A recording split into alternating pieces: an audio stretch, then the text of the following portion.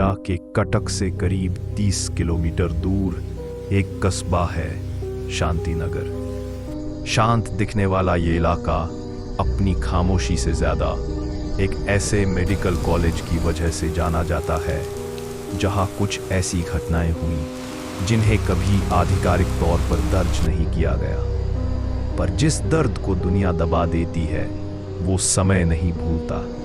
ये कहानी है शांतिनगर मेडिकल कॉलेज के श्राप की। साल 2008 शांतिनगर मेडिकल कॉलेज की सबसे तेज, सबसे हिम्मती छात्रा आशा नंदिनी, डॉक्टर बनकर लोगों की जान बचाना उसका सबसे बड़ा सपना था। लेकिन उसी कॉलेज के हॉस्टल में एक ऐसी सच्चाई सांस ले रही थी जिसके बारे में लड़कियां आपस में बात तो करती थी पर किसी के सामने आवाज नहीं उठाती थीं। एक रात आशा अपनी दोस्त रूपी के साथ लाइब्रेरी से हॉस्टल लौट रही थी। रूपी ने धीमी आवाज में कहा, आशा, यहाँ कुछ लड़कियों के साथ गलत होता है। कुछ डॉक्टर उन्हें ब्लैकमेल करते हैं पर कोई बोलता नहीं। हम बोलेंगे तो हमारी पढ़ाई। आशा ने उसका हाथ थाम लिया। रूपी, अगर हम चुप रहे तो ये कभी नहीं रुकेगा। रूपी की आंखों में डर था और शायद यही आखिरी रात थी जब उसने सच बोलने की कोशिश की थी। कुछ दिनों बाद आशा हॉस्टल से अचानक गायब हो गई। पूरा परिसर हिल गया। लड़कियां रोने लगीं। वार्डन जवाब नहीं दे पाई और अगली सुबह पुराने मॉर्ग के पीछे आशा का शव मिला। पोस्टमार्टम रिपोर्ट ने कई सवाल उठाए पर कॉलेज प्रशासन ने सब दबा दिया। संस्थान की प्रतिष्ठा अपराध से बड़ी मान ली गई थी। साल 2018 नया पीजी बैच आया। उन्हीं में 3 लड़कियां थीं, सिया, नितिता, और उन्हें हॉस्टल का वही कमरा मिला जहां कभी आशा रहती थी। पहली रात ही कमरे में किसी के चलने की आवाज आई।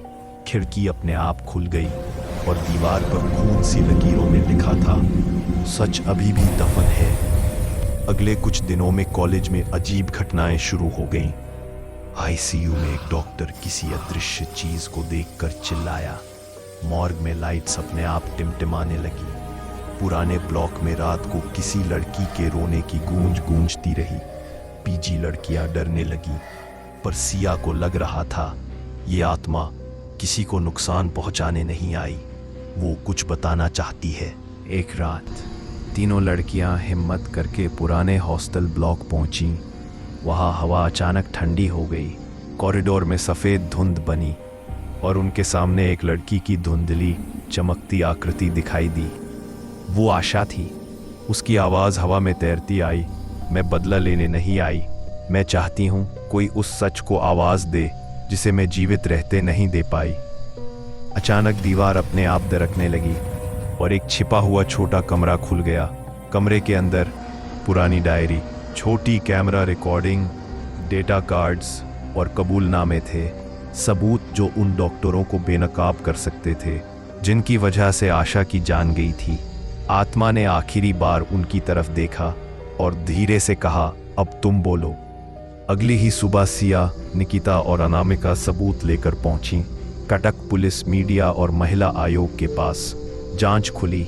कई लड़कियां जिन्होंने वर्षों चुप्पी रखी थी पहली बार बोलने लगी। कई डॉक्टर गिरफ्तार हुए। शांतिनगर मेडिकल कॉलेज देश भर की सुर्खियों में आ गया। उसी रात जब पुलिस सबूत लेकर कॉलेज से निकली, पुराने ब्लॉक की छत पर एक हल्का सुनहरा उजाला फैला। आशा की आत्मा मुस्कुराई और धीरे धीरे ठंडी हवा में घुल गई। उसका अधूरा न्याय पूरा हो चुका था। अन्याय किसी एक के साथ हो तो चुप रहना सबसे बड़ा अपराध बन जाता है। गलत से डरने की नहीं, उसके खिलाफ बोलने की हिम्मत रखने की जरूरत होती है। अपनी बेटियों को खामोश नहीं, साहसी बनाइए। और लड़कियों, तुम्हारी आवाज ही तुम्हारी रक्षा है। वीडियो पसंद आई हो तो लाइक, शेयर और सब्सक्राइब करें।